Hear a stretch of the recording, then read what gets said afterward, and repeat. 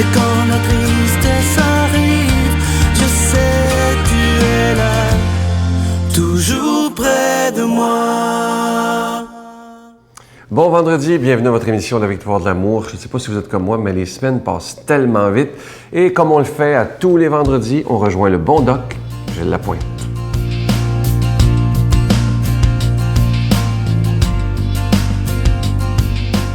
Bon matin, mesdames, messieurs. Un sujet qui touche beaucoup de gens qui prennent de l'âge et puis qui inquiète beaucoup les gens.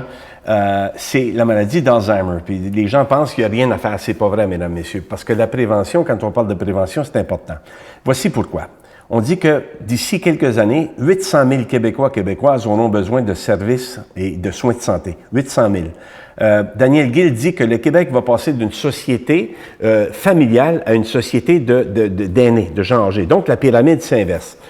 Augmentation des besoins et moins de personnel pour les donner. Et vous savez, mesdames, messieurs, dans un article l'autre jour que j'ai vu dans notre journal médical, on parlait de tsunami gris. C'est la plus grande inquiétude au niveau du système de santé. Déjà, le personnel en place dans CHSLD ou peu importe, ne suffit pas à la demande. Alors, on se pose des questions, on dit, il va se passer quoi dans 20 ans? Alors, quand on regarde ça de près, le pourcentage de personnes âgées va doubler, mesdames, messieurs, d'ici les 2 prochaines décennies. On parle de 15 à 20 ans. Ça va passer de 14 à 25 %. Au Québec, il y a 592 pédiatres. On ne fait presque plus d'enfants, ou du moins pas beaucoup. Et il y a seulement 63 gériatres, spécialistes pour personnes âgées. Et quand on dit la démence va faire des siennes, c'est vrai. Donc, on essaie de répondre au présent à ce qui s'en vient. Et quand je dis aux gens, les gars, les filles, écoutez-moi bien, là, il y a des choses qu'on peut faire et c'est extrêmement important. Et ça vient de sortir, c'est les dernières années. C'est connu depuis des années. Je le dis, moi, le Doc Albert, vous vous souvenez du Doc Albert, on en parlait de ça il y a 35 ans passés. Une des premières choses au niveau de la prévention, la diète. Bonne alimentation. Ça, j'aurai l'occasion d'en revenir. Diminuer le stress, parce que le stress négatif, c'est un tueur. Alors, quand on parle, c'est mon dada, j'en parle depuis 35 ans, quand on parle de stress négatif, ça tue les gens. De faire du bénévolat. Pourquoi? Parce que ça te permet de donner. Tu as reçu beaucoup, ça te permet de donner, ça te permet de rencontrer, de socialiser avec les gens et ça te permet de faire des choses. Quand on parle d'exercice, l'importance de l'exercice pour se garder en forme, pas seulement au niveau physique, mais au niveau du cerveau.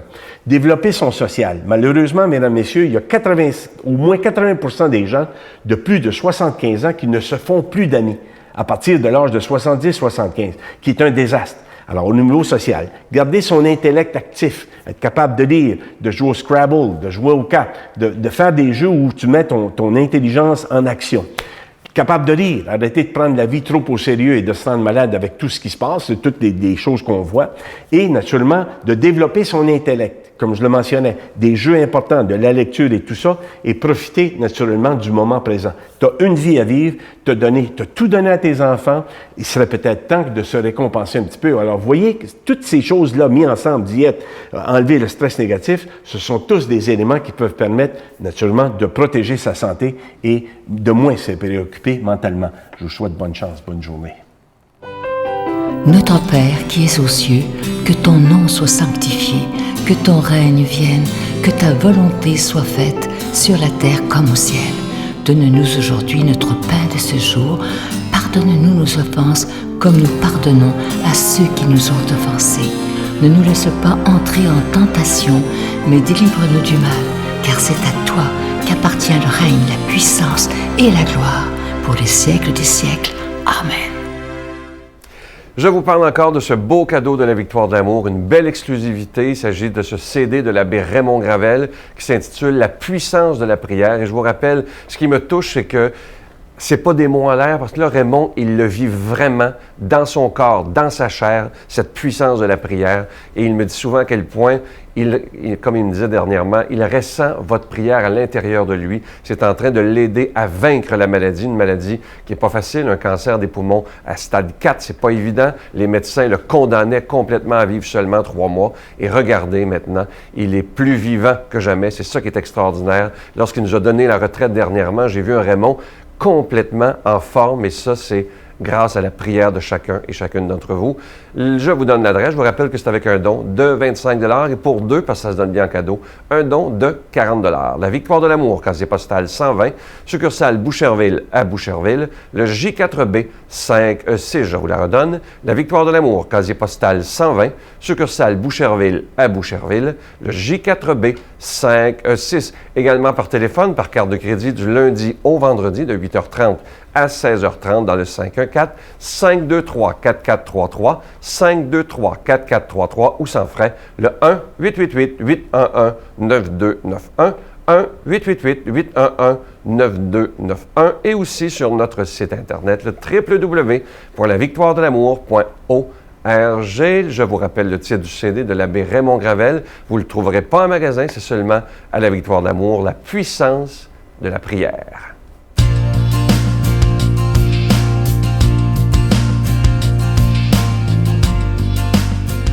Mon Dieu, donnez-moi la sérénité d'accepter les choses que je ne peux changer, le courage de changer les choses que je peux et la sagesse d'en connaître la différence. Amen. Pour la parole de Dieu d'aujourd'hui, on s'en va rejoindre notre ami, l'abbé Raymond Gravel.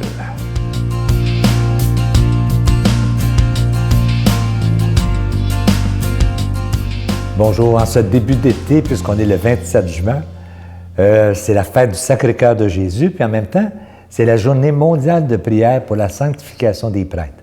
C'est une journée importante.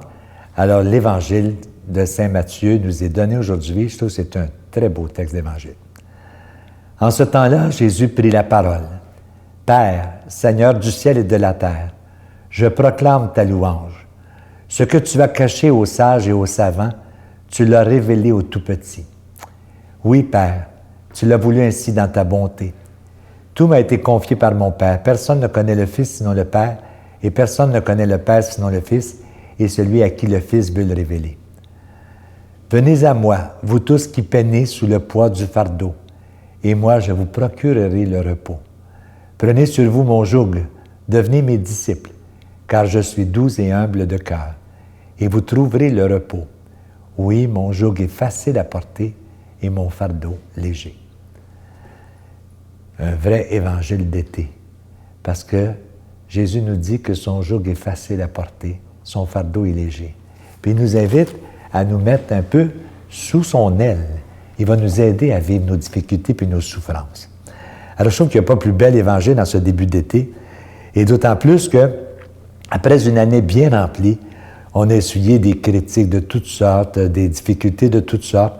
Alors je pense qu'au nom de l'Évangile, ça fait du bien de se savoir compris par le Christ ressuscité qui nous invite à prendre sur nous son joug. Et il y a un prêtre français qui s'appelle Léon Payot qui fait une interprétation du mot joug. Vous savez, le joug, c'est l'instrument qu'on met dans la bouche, dans la gueule des animaux, des chevaux ou des bœufs pour les conduire. Mais lui, il prend le joug, il lui donne un sens plus large. Il prend le sens conjugal. Alors, c'est comme une union conjugale où l'homme et la femme regardent et tirent ensemble dans la même direction. Alors, le joug du Christ, si j'embarque dans ce joug-là, c'est comme un amour conjugal où je regarde dans la même direction et je tire avec lui dans la même direction. Je trouve que c'est ça qui devient facile à porter, parce que le Christ est là pour nous aider à vivre nos difficultés, nos souffrances, à vivre nos limites, nos fragilités, mais aussi à vivre nos engagements, puis nos réussites et tout ça. Il est toujours là, il est un compagnon de vie. Il est notre conjoint, si on peut dire. Mais tu sais, si on veut utiliser l'image conjugale. Et là, qui peut comprendre tout ça? L'Évangile de Matthieu nous dit, il y a juste les petits qui peuvent comprendre ça. Pourquoi? Parce que les sages et les savants n'ont pas besoin de comprendre. Ils se pensent supérieurs aux autres.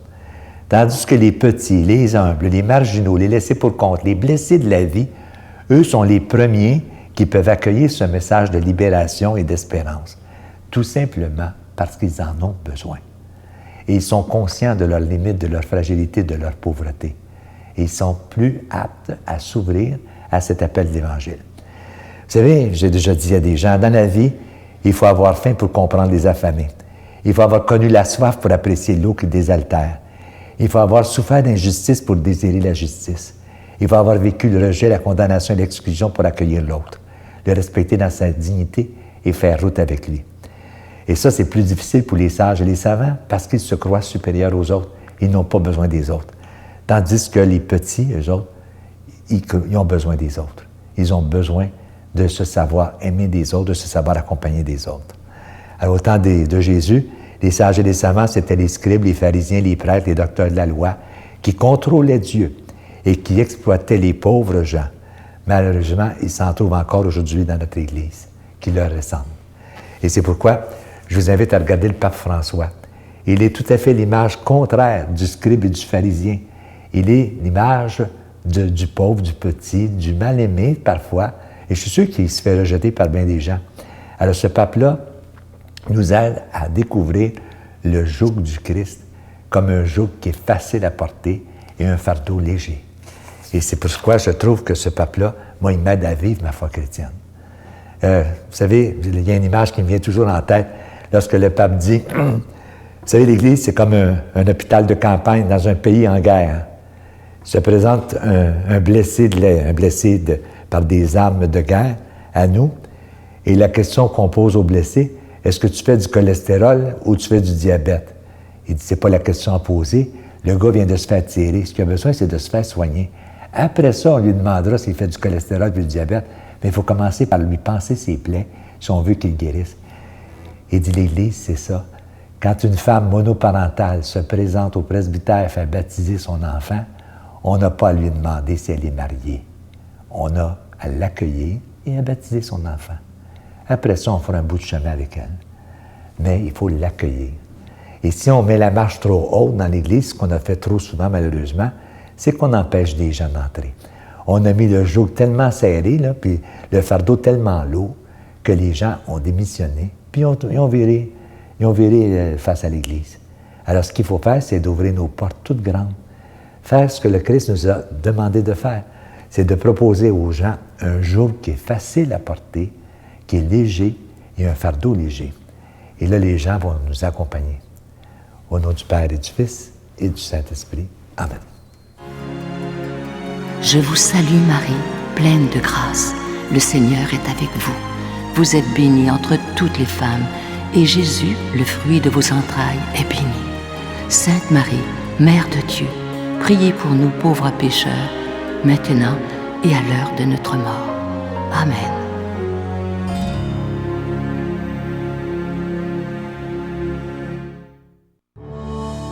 Sur les pas de Jésus.